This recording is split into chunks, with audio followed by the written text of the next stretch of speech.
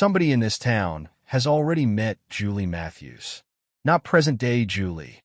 Not the girl who just watched her family's car crawl past a fallen tree.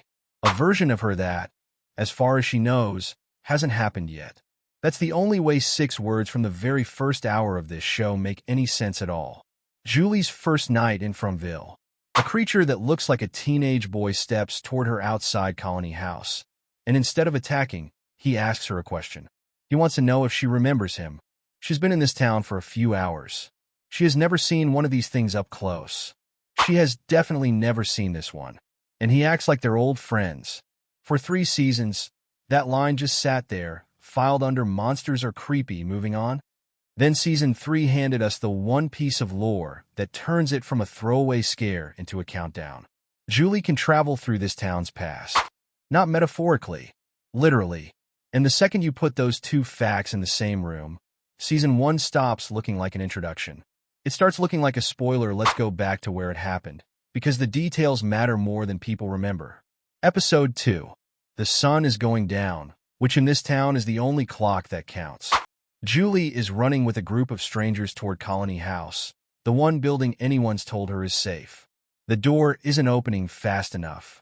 Behind her, the tree line empties out. One creature doesn't chase. He walks.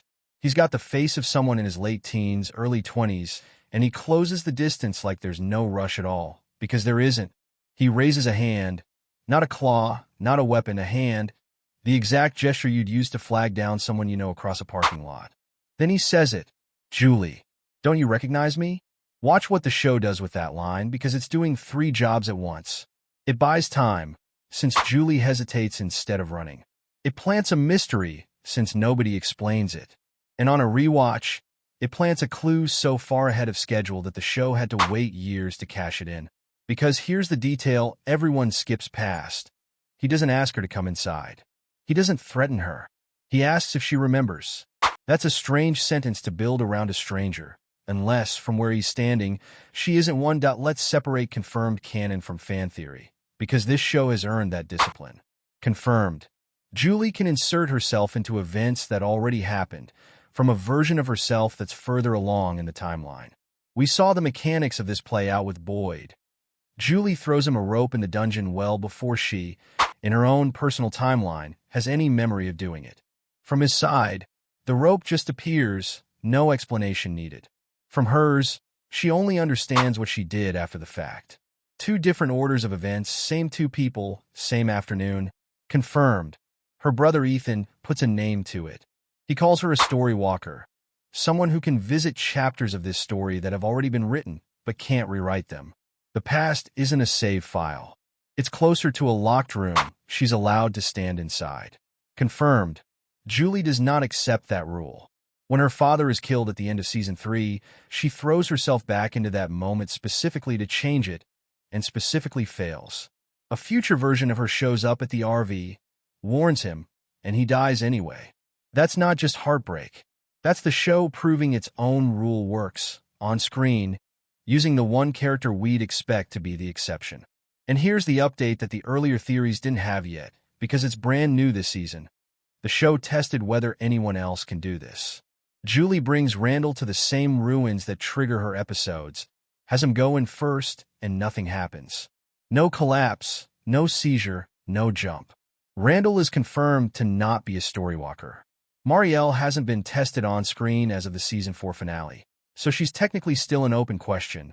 But for now, out of everyone who survived that music box possession together, Julie stands alone with this ability.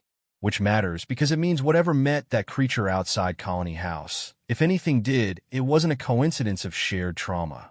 It was Julie specifically, or nobody. Here's where confirmed canon runs out, and the theory starts, and I want to be upfront about that line, because a good theory should be falsifiable, not just vibes. The idea, that creature isn't lying, and he isn't reading her mind. He's remembering an encounter that, from his side of the timeline, already took place, because at some point storywalking Julie is going to travel back to before the town's original bargain, back when these creatures were still ordinary residents of an ordinary town, and she's going to cross paths with him while he's still human. Run the sequence both directions, and it stops being a contradiction and starts being a loop. From Julie's side, she meets a stranger outside Colony House who claims to know her. Confusing, but survivable. Later, maybe seasons later, she storywalks deep enough into the past to reach the town before the sacrifice. And there he is, flesh and blood, decades or centuries before he became what she first met. From his side, the order is completely normal. A girl who talks like she's from somewhere else shows up in his town. Maybe she warns him. Maybe she trusts him. Then the bargain gets made, he accepts it, and he spends however many lifetimes as one of these things, remembering exactly one detail with total clarity: the face of the girl who tried to stop him. Decades pass. The Matthews family's car hits a fallen tree. And there she is again, walking toward Colony House, looking exactly like she did the day they met. He's not improvising a scare tactic. He's watching a promise keep itself. Now, the responsible thing to do here is argue against myself for a second, because there's a much simpler read on this scene, and it might just be correct. These creatures manipulate people constantly. They were the faces of grandmothers, boyfriends, nurses. They build entire fake relationships in a single conversation to get someone to open one window. A question about recognition fits that pattern perfectly as a generic lure. The kind of sentence built to make anyone hesitate, whether or not there's real history behind it. If that's all it is, this was never a clue. It was a demonstration of how these things hunt, front-loaded into episode 2, so we'd understand the threat. That's not a weak argument. That's honestly probably what the writers wanted the audience to assume back when nobody knew time travel was coming. But a good piece of foreshadowing is allowed to be two things at once. It can teach you how the monsters operate in Season 1, and it can become literally true once the show hands you the mechanism in Season 3. Those explanations don't cancel each other out. If anything, knowing her from an earlier chapter would make the manipulation land harder. He's not guessing that she'll hesitate. He knows it because he's already watched this exact confusion play out from the other side, that there's a reason this theory attaches to Julie specifically and not the show's other time warp characters. And it comes down to a difference the show has been quietly building since Season 2. Tabitha and Jade carry souls that have lived in this town before, but they come back in new bodies, new names, new faces, forced to relearn who they used to be through visions and fragments. A creature meeting Tabitha isn't meeting the same person twice. He's meeting a new person wearing an old soul, and even the show's own characters can't always tell. Julie doesn't work like that. If she storywalks into the town's original chapter, she arrives looking exactly like herself. Same face, same age, no reincarnation required. There's no ambiguity for a monster to work through. She's not an echo of somebody from the past. She is somebody from the future, standing in it, in the flesh. That's a very specific kind of dangerous, and it's probably why the show put that line in Julie's mouth and nobody else's. She's not part of the cycle that keeps repeating with new faces attached. She's the one character capable of crossing it that hears the part that didn't exist when this theory first started circulating. So let's bring the board current, because the show just moved the goalposts hard. Season 4 wrapped on June 28th with the residents finally going on offense, pulling up the bottle tree to retrieve the buried remains of the children, on the belief that it might free everyone for good. It backfires immediately. Removing the tree strips the one protection the underground chamber had. An eclipse blacks out the sky in the middle of the day, and the creatures get a green light they've apparently never had before. Two long-running characters don't make it out. And in the episode's final minutes, we get confirmation that Sophia has been a vessel for the man in yellow, who spends his newly freed evening walking the town and personally throwing away every remaining talisman.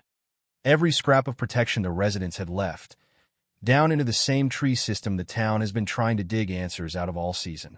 Season 4 ends with the town more exposed than it has ever been, heading straight into a fifth and final season that's already been confirmed as the show's ending point. Why does that matter for our theory? Two reasons. One, the show is officially out of runway to keep dangling Season 1 threads. If this loop is real, the final season is the only window left to close it. Two, the finale spent its whole runtime on the idea that pulling something out of the ground has consequences nobody saw coming. That's the exact shape of a causal loop. You go back to fix something, and the act of going back turns out to be part of what caused it.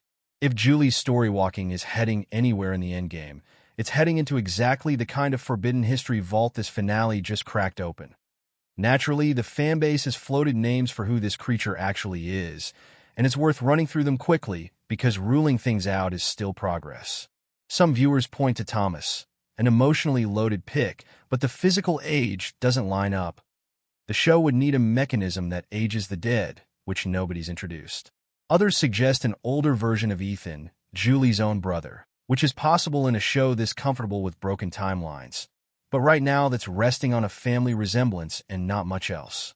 Randall gets floated too, mostly because of his closeness with Julie later on, except we just spent an entire segment establishing that Randall walked into the storywalking ruins and felt nothing. Confirmed, on screen, not a storywalker. That theory is effectively closed. The simplest read remains the one that needs the fewest new rules. He's nobody we've met by name yet. Just an ordinary resident of the original town. Someone Julie meets and maybe trusts before he accepts whatever bargain turns him into what she encounters on night one. No new powers required. No secret relative required. Just the two mechanics the show has already confirmed, pointed at each other that is, oh, here's where this theory has to put its money down, because a theory that can't be wrong isn't worth much. If this holds, Julie's story walks into the town before the original bargain was struck and meets ordinary humans living ordinary lives, not creatures. She meets that same young man while he's still a person, possibly trusts him, possibly warns him, and watches, or fails to stop, the moment he chooses immortality. Whatever she tells him about the future doesn't stay in the past. It becomes information the creatures already have when the residents show up generations later, which would finally explain how these things always seem to know exactly who just arrived in town. And here's the falsifiable version, plainly stated. If the final season confirms this creature's line was ordinary manipulation, full stop, and Julie's timeline never intersects with his human life, this theory is simply wrong. Not unfinished. Wrong. That's a fair trade for a theory this specific. But if Julie ever walks into that original town and finds him standing there, still breathing, still human, still unaware of what he's about to become, then one of this show's oldest, smallest, easiest to forget lines turns out to be the loudest piece of foreshadowing it ever planted. Julie spent the first episode of this show insisting that a story's ending can't just be rewritten because you don't like it. She was talking about her little brother's toy figures at the time. She didn't know she was describing her own rulebook.